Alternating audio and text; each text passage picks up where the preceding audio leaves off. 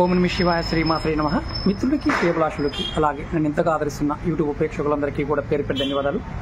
మిత్రులారా, మీ అందరికీ పరాదేవత ఎల్లవేళలా మీతో ఉండి మీ మనోవాంఛ నెరవేర్చాలని మనస్ఫూర్తిగా కోరుకుంటున్నాను. మీరు చూస్తున్నారు బిల్వదళం అంటే మారేడు చెట్టు. మనం దీపావళి రోజు మారేడు చెట్టు దగ్గర ఒక అద్భుతమైన దీపాన్ని ఎలా వెలిగించాలో మీకు నేను ఈ వీడియోలో చెప్తాను. రేపు సాయంత్రం అంటే ఆదివారం సాయంత్రం 6:30 గంటలకు ఈ దీపాన్ని వెలిగించాలి. ఎవరికైతే లక్ష్మీ ప్రాప్తి కలగాలనుకుంటున్నారో, ధనం ఆకర్షణ కలగాలనుకుంటున్నారో, అలాగే సంవత్సరం మొత్తం కూడా ఎటువంటి ఇబ్బందులు లేకుండా ధనప్రాప్తి కలగాలనుకుంటున్నారో వారు కంపల్సరిగా మీరు దేవాలయం దగ్గర కానీ మీ ఇంటి దగ్గర కానీ ఉన్న మారేడు చెట్టు దగ్గర ఈ దీపారాధన చేయండి. ఈ దీపారాధనకు కావాల్సింది ఒక పెద్ద ప్రమిది కావాలి, అలాగే ఎర్రటి ఒత్తులు కావాలి, స్వచ్ఛమైన ఆవు నెయ్యి కావాలి, అలాగే పచ్చకర్పూరం కావాలి. ఎలా చేయాలో చెప్తా మీకు చూడండి. ఇది మీరు ఇంటి దగ్గర కానీ బయట కానీ ఎక్కడైనా సరే మీరు అంటే దేవాలయ ప్రాంగణంలో కానీ కంపల్సరిగా మీరు ఈ దీపారాధన చేయడానికి ట్రై చేయండి. అంతకుముందు వీడియోలో జమ్మి చెట్టు దగ్గర వెలిగించే వీడియో చెప్పాను, కష్టాలకి నష్టాల పాయింట్లో మీకు నేను చూపిస్తాను. చూడండి. ఇప్పుడు ఇలా ప్రమిది తీసుకోండి, ఇలాంటి ఒత్తులు తీసుకోండి, ఎర్రటి ఒత్తులు తీసుకోండి. మీరు ఇందులో ఎర్రటి ఒత్తులు లేకపోతే ఎర్రటి మన దారమైనా పర్వాలేదు, అంటే మళ్ళదారం ఉంటుంది కదా కాటన్, అదైనా పర్వాలేదు. లేని పక్షంలో ఎర్రటి కాటన్ క్లాత్నైనా సరే ఒక ఒత్తిగా వాడుకోవచ్చు. ముందుగా మీరు ఏం చేస్తారంటే ఇలా ప్రమిది రెడీ చేసుకుని చెట్టు దగ్గర ఇలా ఒక చిన్న ముక్క పచ్చకర్పూరాన్ని వేయండి.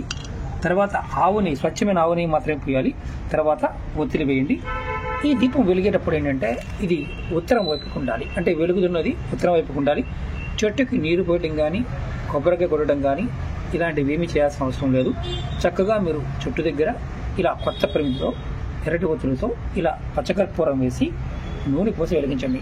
పొడి చేయకండి, పొడి చేయకుండా మామూలుగా ఇలా ముద్దగా వేయండి. ఇది ఒక 4 గంటల పాటు వెలుగుతుంది. సాయంత్రం 6:30 దగ్గర నుండి మీరు ఈ దీపారాధన వెలిగించినట్లయితే, అంటే మీరు వెలిగించిన తర్వాత మిగతా పూజలు కూడా చేసుకోవచ్చు. మీ ఇంట్లో లక్ష్మీ యోగం కలుగుతుంది. అలాగే ముఖ్యంగా ఎవరైతే ఆర్థికమైన సమస్యలతో బాధపడుతున్నారో వారు ఆ సమస్య నుంచి బయటపడతారు. కుటుంబ పరంగాను అలాగే వ్యాపార పరంగా కూడా విజయాన్ని పొందుతారు. లక్ష్మీదేవి మీ ఇంట్లో స్థిరంగా ఉంటుంది. ఎందుకంటే బిల్వదళం అంటే మారేడు చెట్టు, బిల్వదళం సాక్షాత్తు లక్ష్మీ స్వరూపం. శివభగవానుడికి ఇష్టమైనది. లక్ష్మీదేవి స్థిరంగా ఉంటుంది.